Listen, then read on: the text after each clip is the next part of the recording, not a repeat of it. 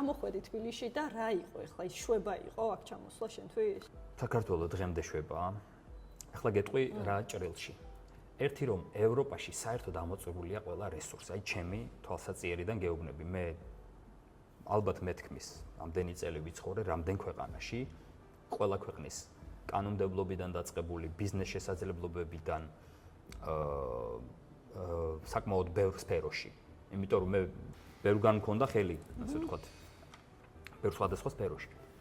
და ყველაფერი კარგად ვიცი. მე იქაც ვაწარმოებდი ბიზნესს, მქონდა ჩემი კერძო კომპანია და ასე შემდეგ.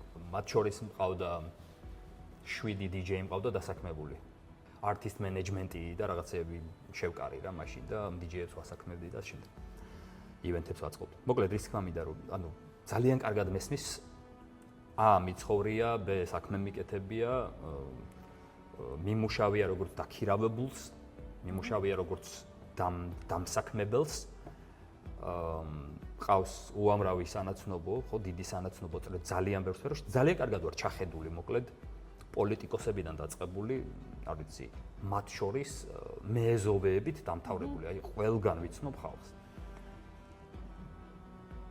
დღეს ევროპაში ამოწურულია, სინამდვილეში ამოწურულია ყველა შესაძლებლობა საქმოსნობის თვალსაზრისით. და თუ რამეს აკეთებ, ესე იგი ძალიან დიდ კონკურენციაში შედიხარ ვიღაცასთან. ნებისმიერ სფეროში. იმიტომ რომ იქ ყველაფერი დახვეწილია უკვე და აღარ არის სივრცე. და საქართველოში იმდენი ხრელია ჯერ შესავსები, იმდენი მომსახურება არის გასაწევი, იმდენი მიმართულებით არის ჩამოსაყალიბებელი რაღაცა სტრუქტურა, მექანიზმი, აი იმდენი რამეა დასახვეწი, რომ ასეთი შესაძლებლობები